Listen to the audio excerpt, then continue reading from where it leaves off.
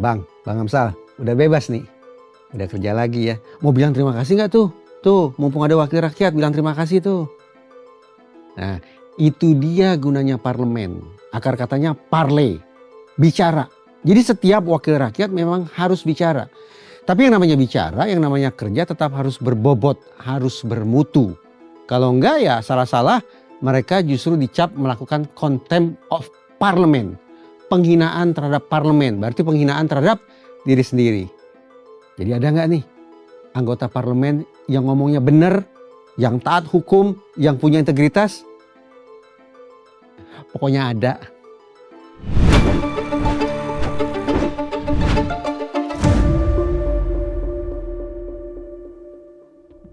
Sebetulnya belakangan ini saya jatuh iba juga loh. Jatuh iba pada aparat penegak hukum yang hadir di ruang rapat Komisi 3 DPR RI lalu dimarahi oleh para wakil kita, wakil rakyat. Contohnya yang satu ini. Sebagai pertanggungjawaban dalam melaksanakan penetapan hakim. Pertanggungjawaban apa? Anda datang aja enggak kok ke pengadilan kok. Dia yang bilang tidak terbukti. Lalu kalau tidak terbukti, mengapa kau taruh di situ? Itu baru satu contoh. Kita simak juga diskusi yang berwarna intimidasi seperti yang satu ini. Anda sebelum jadi Kapolres sudah di assessment belum? Sudah baca belum KUHP dan KUHP baru? Kalau ya saya Kapolda kamu, masih Kapolda, Anda tidak bakalan sampai ke Komisi 3 dan saya sudah berhentikan Anda. Plus satu adegan seram yang satu ini. Bapak-bapak ini yang hadir di sini, jangan kemudian untuk atas nama undang-undang, Bapak lalu kemudian semena-mena menggunakan kekuasaan untuk dan atas nama undang-undang itu tadi. Sekarang kita samakan persepsi ya. Apa yang dikerjakan oleh para wakil rakyat atau anggota DPR itu kita sebut saja sebagai parliamentary oversight. Pengawasan oleh parlemen, pengawasan oleh DPR. Sebetulnya pada dasarnya saya menaruh respect juga bahwa anggota-anggota DPR ini meluangkan waktu mereka untuk melakukan pengawasan terhadap kerja-kerja otoritas penegakan hukum, kepolisian, kejaksaan, dan lembaga-lembaga penegakan hukum lainnya. Oversight semacam itu memang dibutuhkan dalam era demokrasi untuk memastikan bahwa lembaga penegakan hukum atau aparat penegak hukum tidak melakukan kesewenang-wenangan, tidak melakukan abuse of power, juga tidak menggerogoti anggaran tidak keruan, tidak melakukan abuse of power, tidak melakukan korupsi. Itu tujuan yang bisa dicapai lewat aktivitas-aktivitas pengawasan oleh DPR. Tapi pertanyaannya, sampai kapan? Sampai kapan DPR, khususnya Komisi 3 akan melakukan pendekatan yang sangat tidak sistematik semacam ini? Sampai kapan anggota-anggota Komisi 3 parlemen kita akan lagi-lagi sekedar melakukan aktivitas yang sifatnya hit and run? Ada satu kasus, bikin gempar media sosial, langsung bikin rapat. Ada satu perkara, bikin gempar, bikin gempa, bikin geger, menarik perhatian netizen, membuat masyarakat murka, langsung panggil aparat penegak hukumnya. Diinterogasi, diintimidasi, bahkan maaf kata, sampai ada warna kalimat yang terkesan sebagai caci maki terhadap aparat penegak hukum kita. Polisi, jaksa. Sampai kapan anggota Komisi 3 DPR akan mengadakan forum-forum serupa yang kemudian kalau kita simak baik-baik sepertinya sudah sangat masuk ke dalam kerja otoritas penegakan hukum.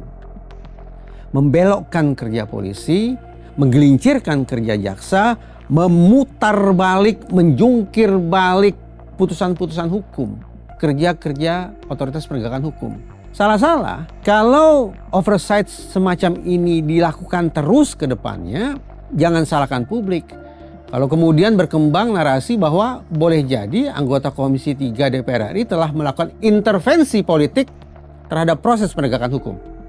Lebih dramatis lagi, jangan-jangan DPR sudah melakukan obstruction of justice. Karena aparat penegak hukum yang semula akan memproses hukum ke sana, tapi tiba-tiba kemudian banting setir karena adanya intervensi politik. Obstruction of justice itu namanya. Lebih parah lagi, kalau kemudian para wakil rakyat yang terhormat ini sudah disebut sebagai pelaku contempt of criminal justice system. Penghinaan, perendahan martabat otoritas penegakan hukum. Jadi bukan hanya contempt of parliament istilahnya, tapi juga ada istilah contempt of court, contempt of criminal justice system. Nah, sampai kapan coba aktivitas-aktivitas hit and run semacam itu akan terus dilakukan untuk memecahkan masalah ketidakadilan di tengah-tengah masyarakat. Karena itu, saya punya alasan untuk khawatir bahwa pendekatan atau pengawasan yang tidak sistematik macam itu justru mengakibatkan pelemahan sistemik. Saya ulang ya, kerja-kerja oversight yang tidak sistematik justru dikhawatirkan mengakibatkan kelemahan sistemik pada otoritas penegakan hukum kita. Ini bisa tidak disebut sebagai kompensasi? Kompensasi atas parlemen backsliding. Parlemen backsliding itu loh yang menjadi inti kritik sekian banyak lapisan masyarakat terhadap kinerja DPR kita belakangan ini. Kualitas peraturan perundang-undangan yang mereka bikin turun jauh. Kuantitasnya juga ngedrop.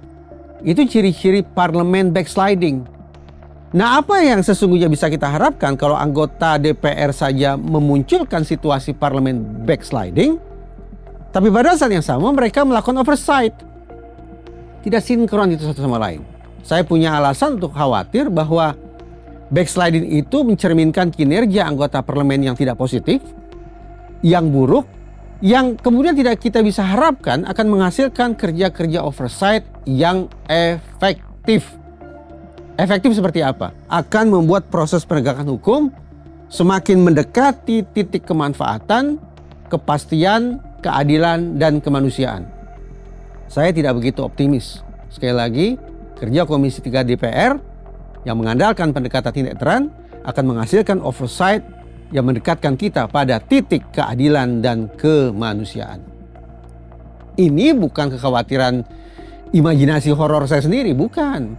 Kalau kita buka sekian banyak referensi, kita bisa temukan kok hasil studi yang menyimpulkan bahwa kerja-kerja pengawasan yang dilakukan lewat mekanisme politik tidak lebih hebat daripada judicial review. Bahkan lebih parah, kerja-kerja pengawasan lewat jalur politik akan memaksa otoritas penegakan hukum untuk bekerja sesuai selera para politisi. Otoritas penegakan hukum yang semestinya kerja normatif ke sana, tapi tanda petik karena terintimidasi oleh para politisi, akhirnya membelokkan kerja penegakan hukum mereka sedemikian rupa agar selaras dengan preferensi, dengan keinginan, dengan selera para wakil rakyat. Parah itu namanya. Itu betul-betul parah. Jadi hati-hati ini. Betapapun anggota DPR khususnya di Komisi 3 sudah berakrobat sedemikian dahsyat di ruang rapat, tapi tidak tertutup kemungkinan cepat atau lambat masyarakat justru akan bergumam. Benarkah ini kerja demi penegakan hukum itu sendiri atau demi popularitas wakil rakyat itu sendiri? Jadi ringkasnya, kerja-kerja ala sirkus semacam ini mungkin merupakan kompensasi atas tidak begitu meyakinkannya kerja wakil rakyat pada skala yang lebih luas. Misalnya, pernah tidak Komisi 3 berpikir tentang apa ya yang harus kita lakukan untuk merevisi Undang-Undang Polri dan Undang-Undang Kejaksaan agar kinerja kedua lembaga itu semakin baik dari waktu ke waktu? Pernah tidak Komisi 3 berpikir tentang itu? Atau pernah tidak wakil rakyat yang terhormat ini mempertimbangkan pemotongan anggaran? Sudah besar loh ini anggaran yang dialokasikan untuk Polri, tapi maaf kata, trauma masyarakat tentang parcokisasi sampai sekarang terus meroyak kemana-mana. Ini menandakan bahwa betapapun alokasi anggaran sudah sedemikian besar digelontorkan untuk otoritas penegakan hukum, tapi kinerja mereka tetap saja dipersoalkan, tetap saja dikritik oleh masyarakat luas. Nah, pernah tidak, saya ulangi, pernah tidak wakil rakyat berpikir untuk menjatuhkan sanksi kalau ternyata ada lembaga penegakan hukum yang kinerjanya begitu lagi? Salah satu bentuk penindakannya adalah potong anggarannya. Pernah tidak mereka berpikir tentang itu? Atau juga Polisi punya Kompolnas sebagai lembaga pengawas. Kejaksaan Agung juga punya Komjak, Komisi Kejaksaan, juga untuk mengawasi. Tapi coba kita jujur sama-sama. Seberapa manfaatnya dua lembaga ini? Seberapa besar Komisi Kepolisian Nasional dan Komisi Kejaksaan sudah bekerja sesuai ekspektasi masyarakat?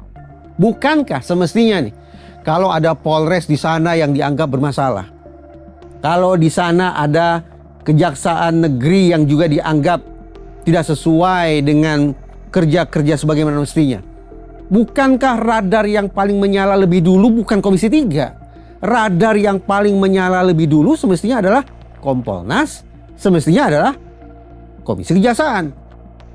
Tapi mereka di mana?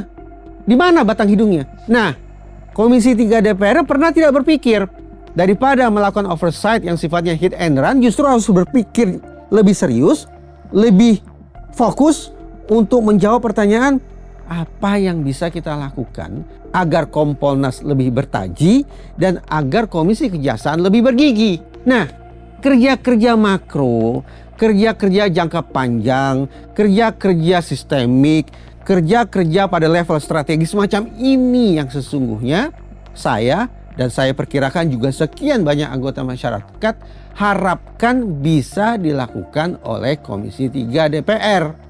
Bukan sekedar memanggil pejabat polisi dari sana, pejabat kejaksaan dari situ, lalu dimarah-marahi di ruang rapat dalam siaran live di televisi misalnya. Itu terlalu sepele lah, terlalu remeh.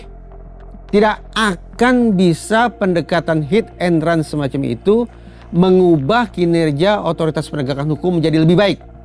Tidak akan mujarab untuk mengubah tabiat personil penegakan hukum menjadi lebih insaf, bekerja sesuai dengan harapan masyarakat akan keadilan. Saya tidak teryakinkan. Karena itu, maaf kata nih. Maaf kata betul. Jangan pula saya dicap melakukan contempt of parliament. Tapi terkenang oleh saya perkataan Gus Dur. Kalau cuma bikin berisik, kalau cuma hip hip hore hore, anak TK juga bisa.